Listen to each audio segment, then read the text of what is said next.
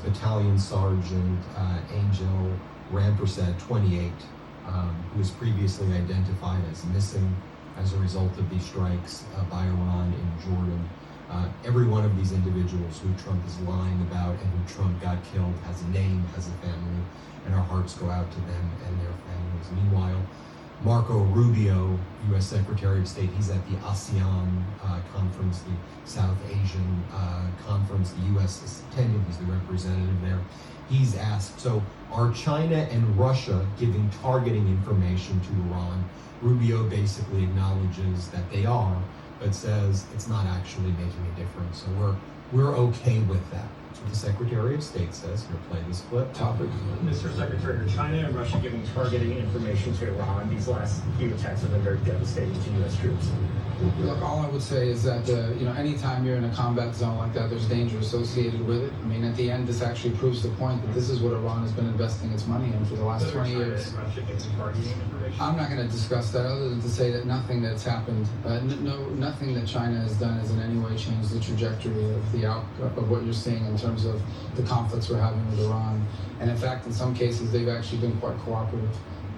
With regards to what they potentially could have done but didn't do. I think the Chinese, and I'll let them tell you, but I don't think they're big fans of what Iran is trying to do in the Straits. In fact, they've said so publicly that they oppose. Then a reporter asked Rubio, you realize that Section 5 of the Memorandum of Understanding that Donald Trump signed acknowledges that Iran is the administrator of the Strait of Hormuz. It says Iran will administer the Strait of Hormuz in consultation with Oman and with the other Arab nations. That's what it says. So don't you think that you sending your tankers in and you trying to create an alternative route when you acknowledge in the MOU that Iran is the administrator is at the very least bad faith and more likely a breach of the MOU? And then Rubio Long said, that's not what it says. It is what it says. That's why we should read the documents like we do here at the Midas Touch Network. Here, play this clip. Has violated the MOU. Isn't the MOU inherently flawed because in paragraph 5 it explicitly acknowledges Iran has power in the Strait of Hormuz, whereas no other formal agreement before having knowledge or recognized? No, I don't think that's what the MOU says. So that's not the way we interpreted it from the very beginning. We understood that to mean that they would ensure that no ships were being blown up, and they chose to violate that. The MOU does not give them the right to launch drones and missiles against commercial shipping vessels. That the MOU doesn't give them the right to do that. And more from Rubio right here. I'll just tell you what he says here. Rubio had to, at the ASEAN conference, he had to basically assure former allies of the United States or allies that the United States is not putting AI kill switches into the military equipment that we sell, because Donald Trump has previously said that if he doesn't like you, he'll put kill switches in it.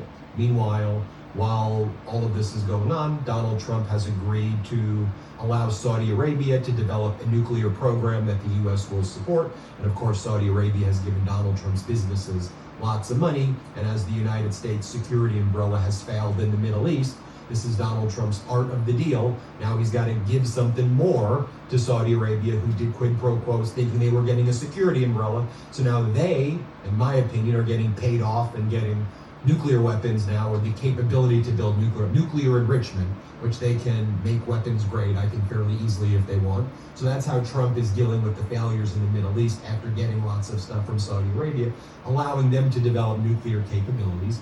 Then United Arab Emirates, unrestricted access to United States AI and the United States semiconductor chips. UAE has all the access to that. Think about, they invested in Trump's Bitcoin and crypto, and as the security umbrella has failed in the Middle East and has hurt UAE, Dubai and Abu Dhabi, they get all of our secret technology now. Saudi Arabia gets all of it gets nuclear capabilities, and Donald Trump continues on with this catastrophic war in Iran, where our service members are getting killed. Iran has been striking in Saudi Arabia earlier this morning as well.